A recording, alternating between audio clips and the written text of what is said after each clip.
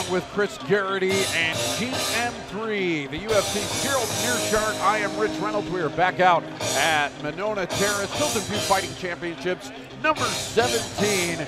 A sold-out crowd here as Kendall Bragg is coming in to face JT Schulte. As you take a look at the alpha tile and stone tail of the tables, we fight at 165 pounds. Bragg with a record of 1-1. Schulte as an amateur is 4-3.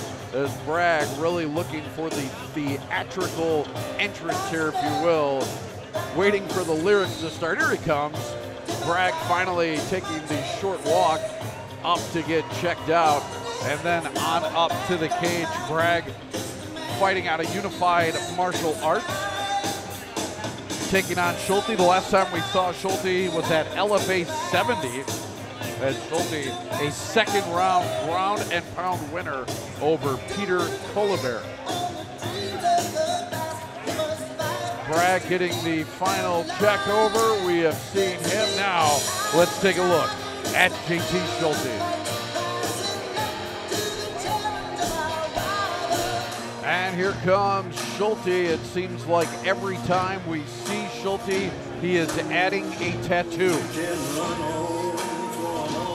for each and every fight. Now the record standing at 4-3 for JT, as he has been having a much better 2019 than he did 2018. 2018, he was 0-2. He looked like a fighter who was lost, but has kind of found himself here in 2019, winning 3 out of his last 4. And again, that big win at LFA 70 over at the Sylvie just a couple of months ago.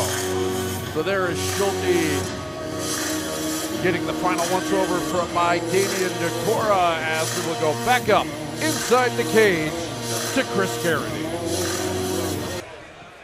Ladies and gentlemen, this next bout features 3 rounds in our amateur lightweight division. Introducing first this man, fighting out of the Roz Performance red corner. He weighed in at 153 1/2 pounds. He represents unified martial arts. In 2 amateur bouts, this man has 1 victory, hailing from Fond du Lac, Wisconsin, Kendall Bragg. His opponent, this man, fighting out of the Coliseum Bar blue corner. He represents the chosen few, Jim and hails from right here in Madison, Wisconsin. In 7 amateur bouts, this man has 4 victories, weighing in at 155.8 pounds. Please welcome to the cage, JT Schulte.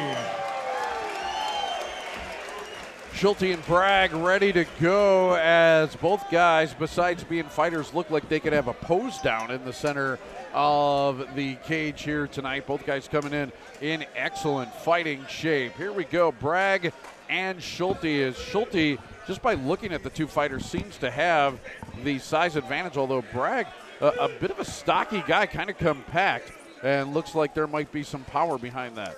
Yeah, they're similar height, but Schulte just looks like he's in a whole other weight class. I mean, they're both came in trim. They definitely dieted and trained real hard, but Schulte is just another person width-wise. Oh, and a good nice kick. Head kick. Wow, all the way to the side of the head of Bragg, who kind of shakes it off. Usually I think when fighters do that, it means it caught him pretty good, as Schulte lands the first blow in this one. Well, and landed it without setting it up at all. So not a great sign if you're in the corner of Kendall Bragg, because that leg kick came from everywhere you could see it and landed pretty stiff. Yeah, we've seen a lot of improvement come out of Schulte since I remember one of his last knockout losses. Since then, he's been on a tear. Even right now, staying composed, chin down, good posture. And Bragg's kind of let his hands go a little bit, just testing him out there, but his head, chin come up every time he throws, and that's not a good sign, as Chris was alluding to earlier. Yeah, in your memory, what you are alluding to there, Gerald, is Chosen Few Fighting Championships number 14. Jacob Jossart landed a really hard right that put Schulte out in that one. And Schulte has definitely improved since then, as he is going after Bragg here. Not as much action as we've seen in some of the earlier fights, as both guys still trying to size each other up here. Bragg's brain is racing right now. You can tell he's not sure what to do. he took that large kick, and then ever since it's just been backing up and circling, not even circling properly, literally just circling into backing himself into the back of the cage. If Schulte wanted to take him down at any time, he could. But I'm just not sure what Bragg's offense here is because I haven't seen any of it. Right. I think he's looking at a bigger fighter and realizing that even if I miss a glancing punch, it's not going to move him. So right there, he just opens up as big as he can to try and get him off him. And Schulte being smart, I wasn't too big of a fan of the pullback he just did there. But other than that, he's staying decently composed, and he's, fairly well closing distance, making Bragg panic and circle on the cage like that. Not smothering him, but not giving him space to feel comfortable either. I'm okay with movement, but if you're not going to mount any offense, how are you going to win a fight?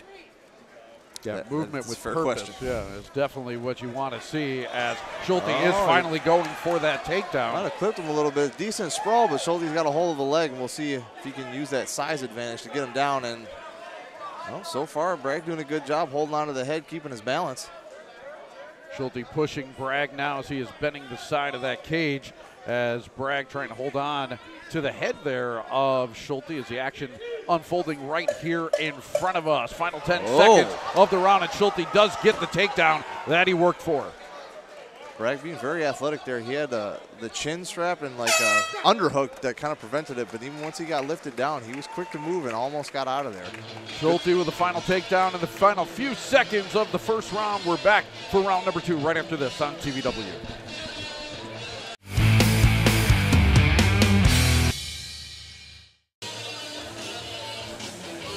Taking a look at the replays from round number 1 and the action that ensues as JT Schulte was chasing Kendall Bragg around the cage for the better part of the first round.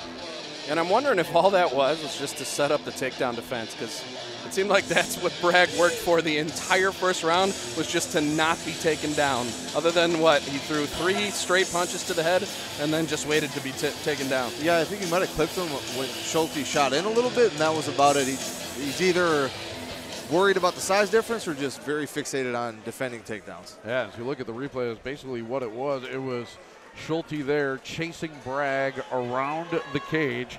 Schulte finally with the takedown towards the end of round number 1, as that was it for the first round. We'll see if the action picks up here in round number 2, and the two guys will finally start going after each other as Schulte will start off with a couple of jabs. I like that lead jab from Schulte. I think you should keep doing it. Every time he does it, you see Bragg open up completely when that jab comes in on the way, which will set up that overhand right soon after. Right, and he's doing a good job keeping that lead shoulder up, so when he jabs, he's pretty well protected. And, especially right now as amateurs, they have a tendency to pull out of the situation. I don't know why they touch gloves, they both miss, but they have a tendency to pull out of situations when they start engaging in the striking if they can't get a clean, uncontended strike. But if Schulte stays in there with that lead shoulder up and that jab, you almost want him to throw back at you so it can open up a powerful strike and possibly a knockout. And Schulte going for another takedown there as Bragg missed badly, but good job by Bragg to be able to step back and get out of the grasp with Schulte. Yeah, not a lot of setup on that one. It was kind of easy to defend for Bragg. Schulte's just got to, even if you want to set up the takedown, like Chris was saying, the overhand right or takedown is interchangeable if you get the guy to swing back.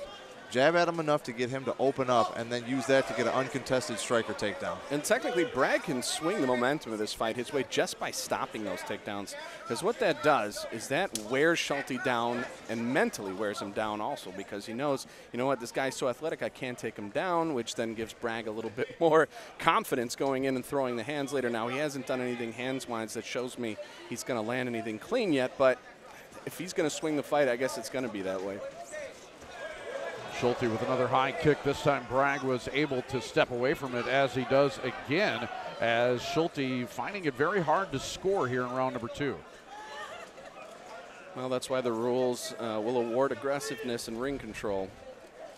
Yeah, right now Schulte, he is being the more aggressive fighter. He's controlling the cage a little bit better, but he's not making any huge steps to overly engage, which, to his credit, you don't want to overly expose yourself and get caught in something, but Bragg is kind of like negating any offense by running around, and now we finally see a couple shots from Bragg. Bragg checking out the clock as he is very content to be dancing away the better part of round number 2, just as he did in round number 1. And yeah, if this was a sock hop, Bragg is your winner. And Bragg has a lot of power behind the punches he throws. He was able to just set him up, use the jab more, in and out, level change like we saw in a couple fights earlier. I mean, the guy can land. You can tell that there's power behind it. His shoulders are set up in the right spot for every punch that he throws, but they come out of nowhere, and they're not set up at all, and he doesn't land a single one of them. So now Schulte getting control here is another late takedown in a round, just like in the first round. Schulte gets one late in the second round as this round comes to its conclusion, as we will see if they mix it up a little bit more in round number 3 or if we see Bragg dance around some again. This is Chosen Few Fighting Championships number 17, and this is TVW.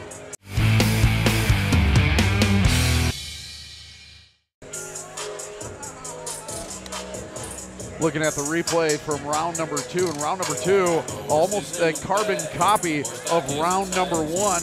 Bragg again just going around the ring. Schulte happy to follow him around, and then a leg takedown, and that's about it. And if you're in Schulte's corner, I would think, and Gerald can actually probably attest to this a little bit better than me, but I would tell him to not do anything different whatsoever. You're winning this fight because he's letting you win. Just don't get hit. Yeah, I'd say maybe put that jab out there, feel out there a little bit more to get him to open up, and otherwise pretty much stick to what you've been doing. Bragg's giving away the victory at this point. And I don't understand why that is his entire strategy, is just to run around the ring, but that is what we are seeing so far. So there hasn't been all that much action to call, not that much in the replays. It's just not there here in this fight, as Bragg has been content to just go around the perimeter of the cage. Schulte started last round with a couple of jabs. We'll see what he does here. Right, and again, if you use that movement to set something up, that's one thing. See, a little more sense of urgency here, but it might be too little, too late. And again, he's kind of putting himself in danger. It was a nice jab, but he's coming in with his chin wide up in the air, and there it is. He overexposed himself and gave up position where he didn't need to.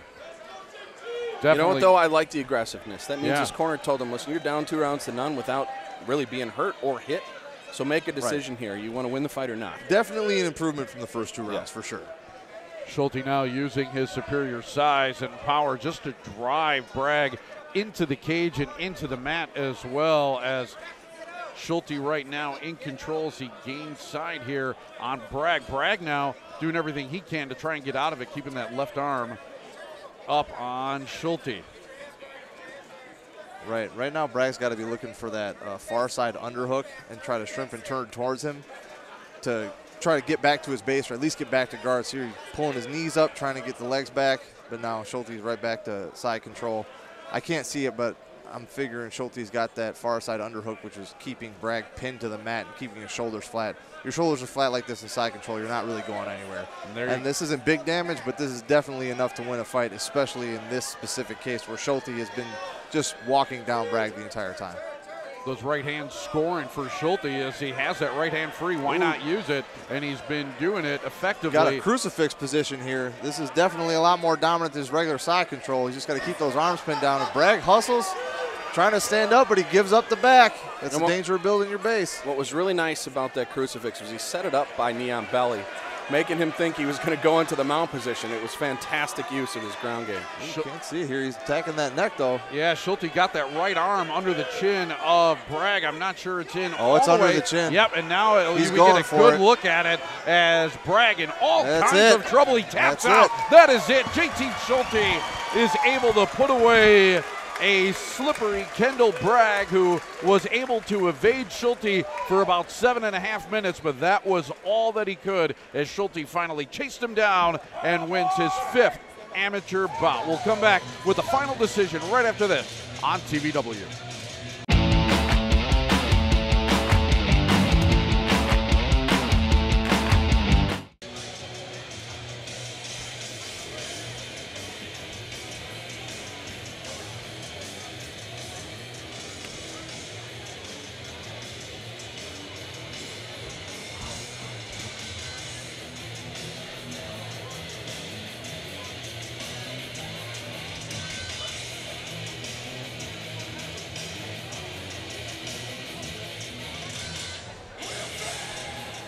Ladies and gentlemen, the end of this bout comes at 2 minutes, 11 seconds of round number 3 for your winner by rear naked choke, J.T. Schulte.